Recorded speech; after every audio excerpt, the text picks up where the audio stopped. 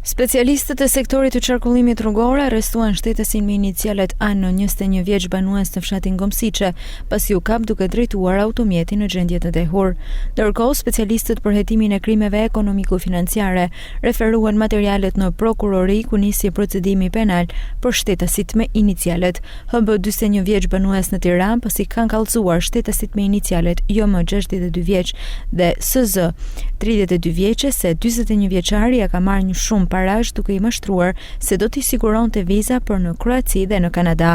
Po ashtu nisi procedimi penal për shtetesin me inicialet NM 26 vjeç banues në Shkodër, pasi nga verifikimet e kryera për subjektin e tij servis automjetesh rezultoi se kishte punonjës të paregjistruar në organet hetimore. Gjithashtu nisi procedimi edhe për shtetesin me inicialet KE 31 vjeç banues në Shkodër, pasi u konstatua nga shërbimet e policisë dhe punonjës të drejtorisë rajonale të Bregdetit Lezhë se ushtronte aktivitet tregtar në Bregdet në Velipoj pa lejen përkatëse. Specialistët për hetimin e krimeve në Komisariatin e Policisë Shkodër referuan materialet në prokurori ku nisi procedimi në gjendje të lirë për shtetesin me inicialet FO 57 vjeç pasi ka kanosur një 22 vjeçar për motive të dobta dhe për shtetesin me inicialet FH 44 vjeç banues në Shkodër pasi ka goditur me grusht një 49 vjeçar për motive të dobta.